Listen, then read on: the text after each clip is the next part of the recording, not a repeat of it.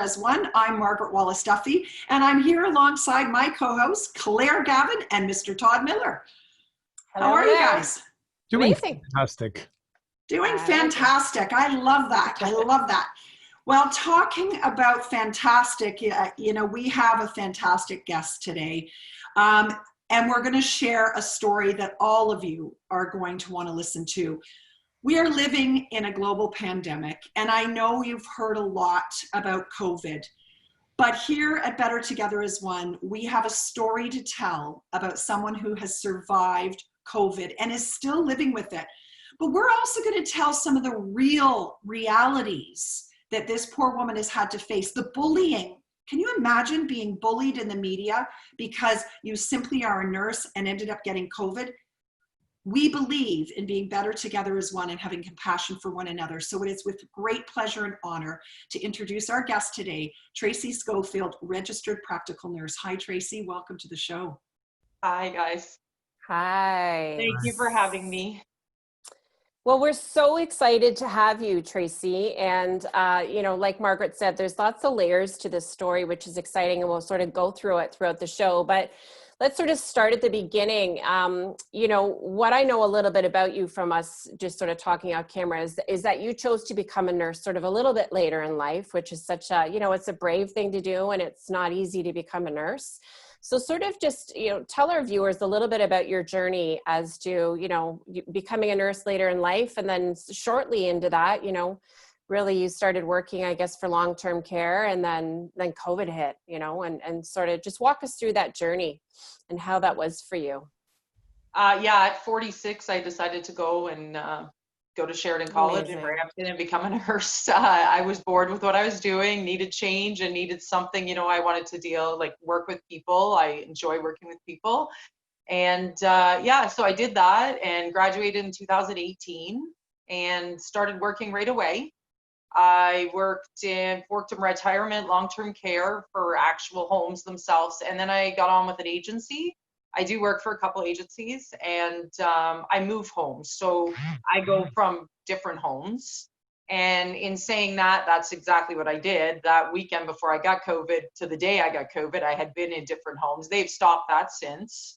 I enjoy what I do. Obviously, it was, so early in my career to get this, obviously, but I'm still, back then when I did actually get COVID, we didn't wear PPE, so there was no mask. They told us we didn't need masks, nothing like that. So I didn't have it on. I mean, if I had it on, would it changed? Who knows? I'll never know that. But yeah, back then we were told not to wear them, so I didn't. And other than that, I'm very happy with my career change. Obviously, no matter what, even though I got COVID, I still am very happy just seeing residents' face. Somebody that smiles during the day. I'm the type of person, and anybody would say this, that, I don't just put meds in someone's mouth. I talk to them. Whether they're going to respond, whether they can respond, doesn't matter. I'm still going to, say, nice shirt, or, I love that, or I love this, because I know it doesn't sound like a lot, but it means a lot to that person. Mm-hmm. So that's who I am, and I enjoy that. And, I've been missing it. I've been really missing it for the last, we're on 80 some odd days since March 30th when I last worked. My very last day of work was that day. And so that's basically, I want to get back out there, but I just know I need to take my time to get back out there because I'm still not quite there yet. So you were oh, sorry, Mark, go ahead. So excited. Yeah, I know. So Tracy, tell us about the day, or just the day before you got diagnosed with COVID. You worked 2 shifts on the weekend, and to look at you, you're a beautiful, strong, healthy looking woman. Yeah, I think there's a perception it's only the vulnerable. Tell us how you found out the news, and then how you felt afterwards. Before I got COVID, when COVID was just starting out, I'd always watch for the cases you heard about. I'd always listen to, see, did they have an underlying condition? Is that what happened to them? Because it's scary. I mean, I'm right there with, out in the public doing this. And I thought, I'll keep track of that. And I would always hear underlying conditions, and so honestly, if I was going to get it, I thought, I don't have any underlying conditions. It's not going to be that bad. I'll be okay. And I never imagined it. I worked Saturday and Sunday. I was on shift for 16 straight days. I wasn't there yet, obviously. I think I was on day 5 when I got sick. But 16 days straight I was going to be working for, with then 2 days off and then another 12. So I knew it was, you know, it was getting crazy out there. They needed as much help as they could get, and I offered. You know, I didn't do much good for anybody, but anyways, I tried. And yeah, so basically that weekend was perfectly fine. I went to work like anybody would go to work. You know, everything was good. Even the Monday morning, I woke up, got ready to go to work. I drove to London.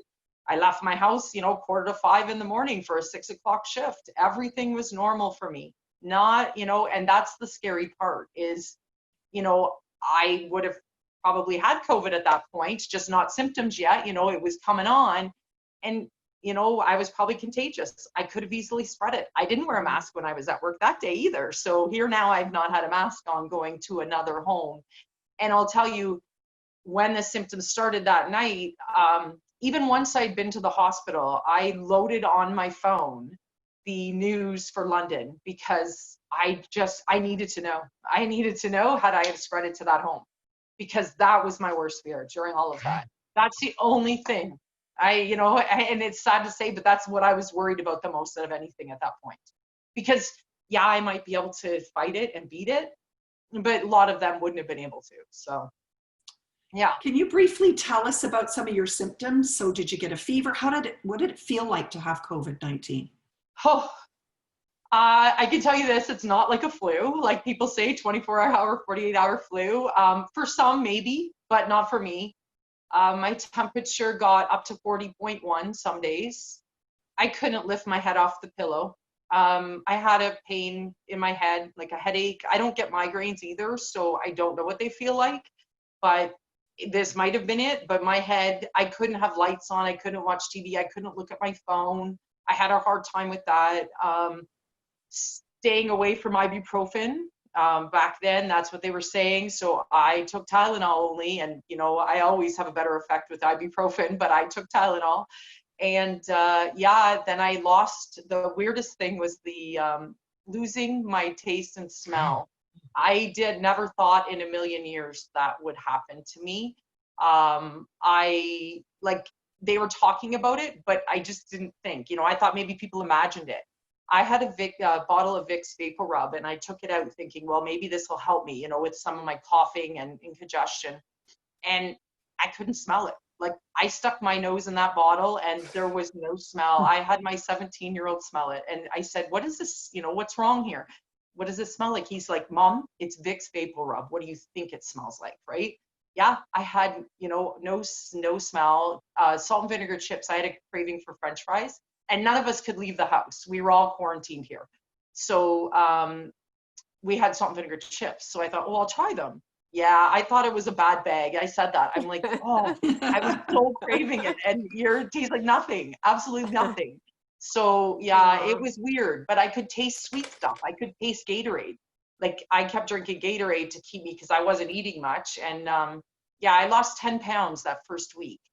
And I ended up with diarrhea, which is weird, because I know a lot of people don't get that. I ended up with that for 3 days. I had the sweating. I would wake up, my bed would be soaked. I would be soaked. My hair, everything was soaking wet. Not just a little wet, soaked. What else did I have? Sore throat. I had a really bad sore throat. The cough lasted longer than most of, you know, I was coughing up stuff that, honestly, if you think of the slime you used to buy, and this is awful to say, but the slime you used to buy, it literally almost choked me once. I had to get it out however I could. And it came out, and I actually took a picture of it and showed my son, and, you know, the whole bit, because it was just unbelievable that this stuff had come out of me. And yet never hit my lungs. So, you know, they've done some chest x-rays and it never hit my lungs, but the breathing was a problem for me for 2 days. And then that was okay again. It was more the headaches and all the other stuff. So getting out of bed, couldn't do that. They, you know, everybody said, get up, move around, you know, sleep on your stomach. I tried that for a few days. get up, walk around. I couldn't get up to go to the bathroom half the time. You know, the bathroom is in my room, like there's, you know, the door's right there, but I'd have to hold on. Sometimes I would crawl. I would go down the stairs on my bum when I first finally left my room, which wasn't for 2 weeks. I couldn't even walk down the stairs. I'd sit on my bum with a mask and gloves on and go down my stairs. So yeah. Wow. Well, Tracy, your story is impactful and we've got so much more to cover. Can you imagine being bullied with COVID? Stay tuned, because after the break, we're going to dive deeper. We're going to talk about the media that Tracy has done, and we're going to talk about how we need to have more compassion. We'll be right back.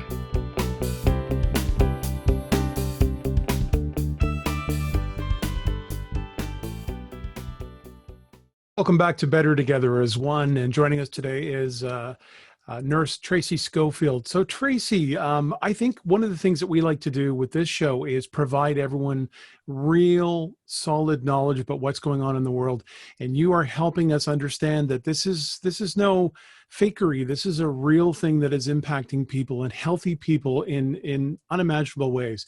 And part of this is now you've had all of these media outlets reaching out to help you tell your story, but inform other people that this is a real issue. And while that is fantastic, I understand that it is coming with a little bit of darkness and a little bit of not great behavior from people reaching out on social media. Can you talk to that for a little bit? Yeah. I never imagined. I mean, I'm not, one that's in the news all the time, so I had no idea these people were out there.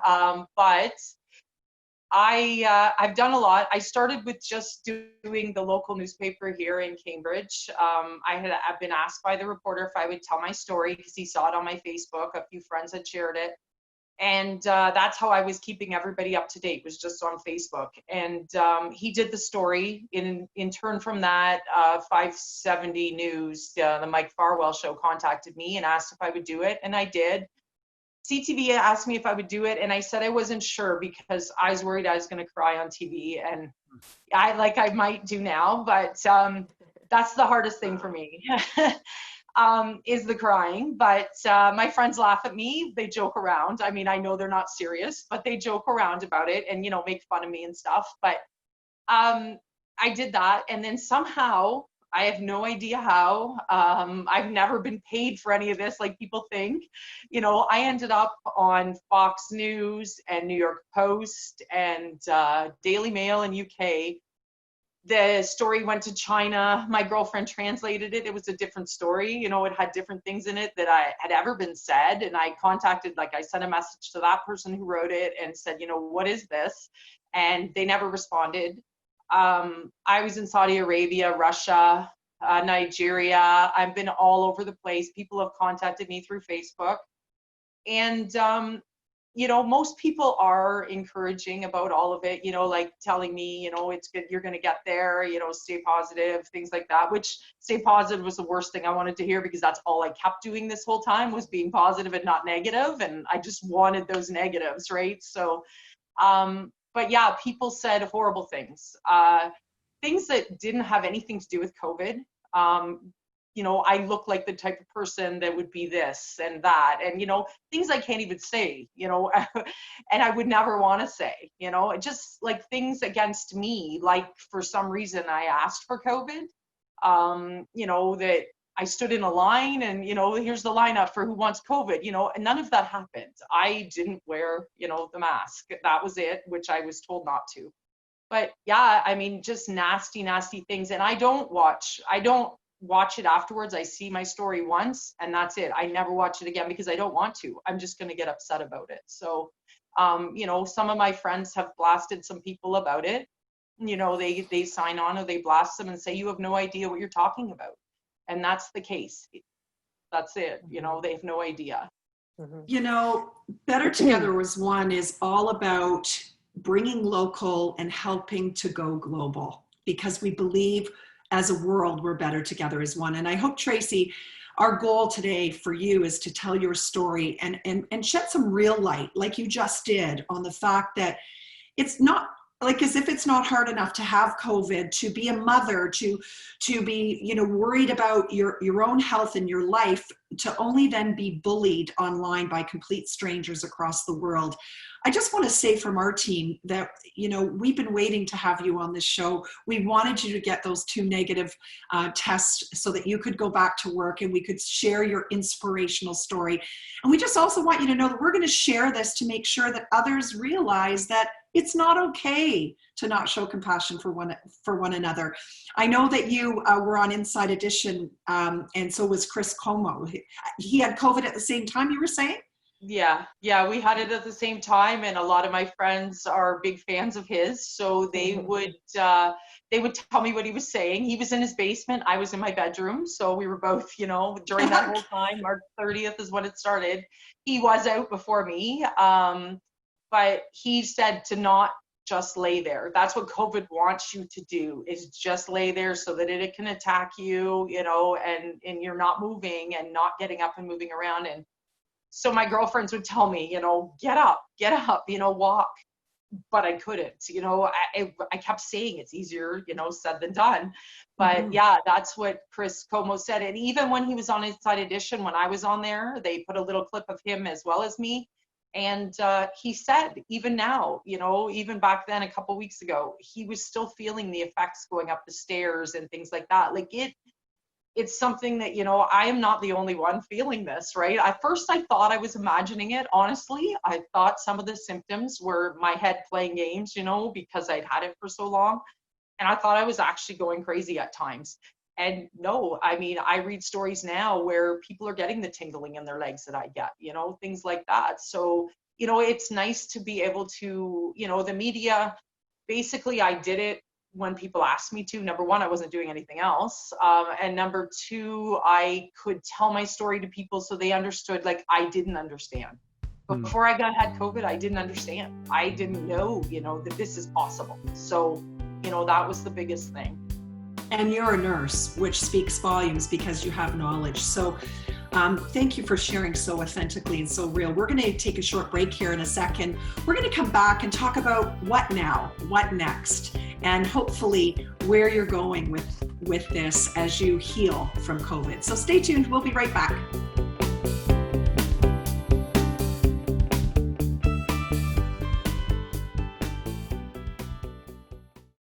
Welcome back, everybody, to Better Together as One.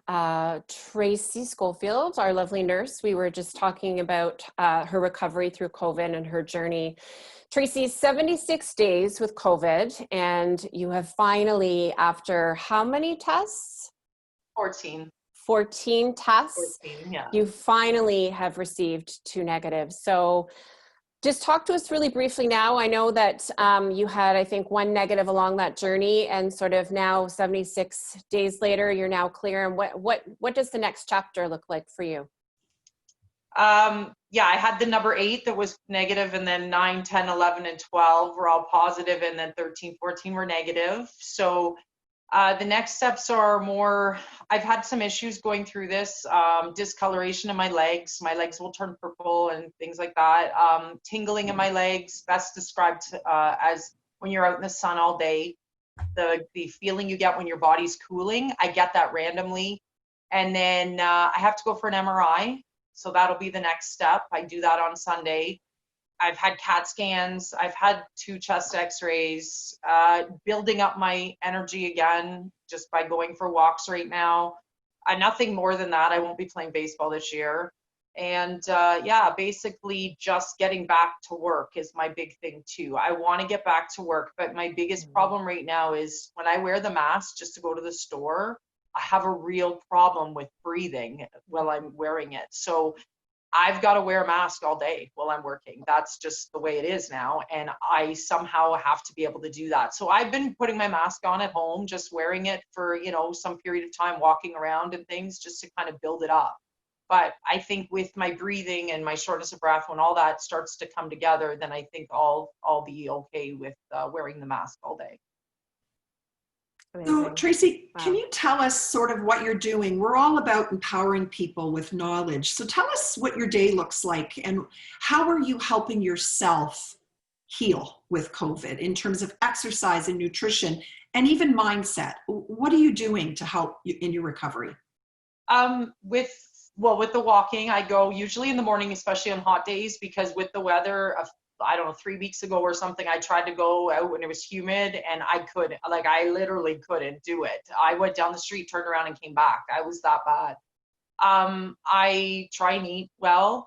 I was doing boot camp before this all started. I was in a boot camp and they send videos every day.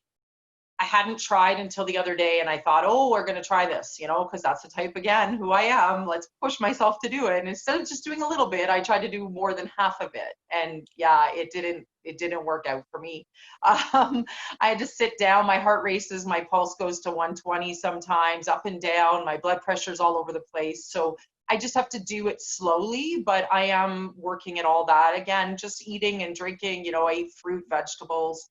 And so many people have messaged me different things, suggestions, from other countries, what they would do, and things like that. But yeah, that's basically what I've been doing to get better and, to try and build my strength. It's my strength and my energy, things I used to be able to do, things I could lift, without a problem. I have a hard time with it now. I really do have a hard time with it. And I'm doing things around the house I wouldn't normally do. I admit I'm not a big cook or baker or anything like that. And I've been doing some of that. So to keep myself busy, just like everybody else, right? You're stuck at home. People said to me, well, what do you like to do? I like to play sports. How am I going to do that at home? So, I got an adult coloring book sent to me. Someone sent me that, people were sending me stuff. So just to keep me, kind of, it's a long time, 70, I'm in the 80s some odd days now, but yeah, it was a long time, definitely. So that's all I'm doing and the best I can do right now, and going to see the doctor. I'll be going to see my family doctor finally too. So awesome. Hopefully, yeah.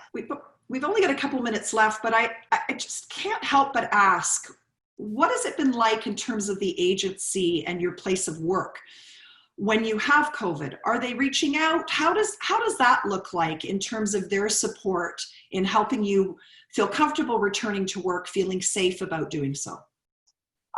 They contact me all the time, more or less, because they have shifts for me. Like they want me to start somewhere, a location I've been to before, they want me to go on there taking a shift. And so they've been contacting me. But other than that, there's nothing really else that they can do as far as safety goes. Every home is different, but everybody's wearing PPE. Am I scared out there? I would say less now. I know that they don't confirm that I can't get it again, but I think the chances of me getting it again are very slim. So I think I would take it if I, was working in a home and I didn't have COVID before. I think I would act different. I'm not going to be reckless at all. I'm going to have the PPE on and I'm going to be exactly, safe, just like I have been through this whole thing. But I'm just not as worried, I think, as if I didn't have COVID at this point, right? Like some people are probably right now. And are you going only to one? Has it changed in terms of the policies? Are you still jumping from home to home, or are you going to one location now?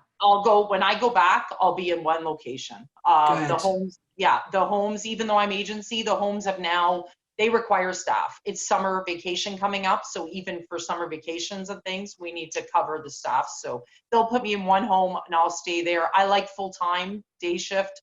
And that's what they'll find me, and then I'll go there. So, yeah. So important. I think by sharing your story and sharing it so authentically, it's a time of change. And it is a time where, policies have to change, mindset has to change. And I think we're in a new world that will never be quite the same. And hearing your story, thank you so much for sharing it so authentically. Is there anything else that you would like to share? Is there anything that you want everybody to know that no one's asked you? No, I think everybody's probably asked me everything. But, the fact that just be safe, like just seriously, whatever everybody says out there, I know it's hard and I know everybody's struggling with it, but the people that don't think it's real, it's definitely real. Don't go around thinking it's not real, licking signs or whatever you want to do to prove it's not real. I'm sorry, but it's just, Oh my when goodness. I see that, and I say that to my kids, this is, you're worried about what people say about me on the media. Like, let's think about what we're seeing right now. That's probably where it's coming from.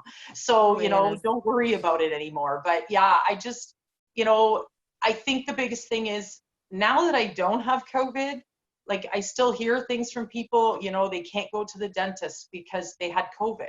But you don't have COVID anymore, so why can't you go to the dentist now, right? Like, it's not in me forever. It's gone now, actually. So, do I have some kind of symptoms because of it that I didn't have before COVID? I never had any of these problems before COVID, and all of a sudden they're here. But it doesn't mean that, from now on for the rest of my life, I'm that girl with COVID, right? I'm now over it. I fought. Why I won, I have no idea. I must have been strong enough. If it came at me now, guaranteed I wouldn't make it. I'm sure of it because, I'm not as strong as I used to be. And it's not just physically, it's mentally and emotionally. It's incredible what it takes from you, honestly. So, yeah. We'd like to thank you from Better Together as One, from all of us, for sharing your incredible journey.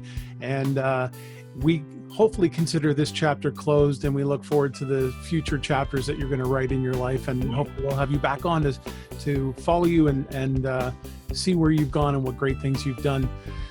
From all of us at Better Together at One and Better Together as One and Your TV, we thank you for watching, and we hopefully will see you soon. Stay well.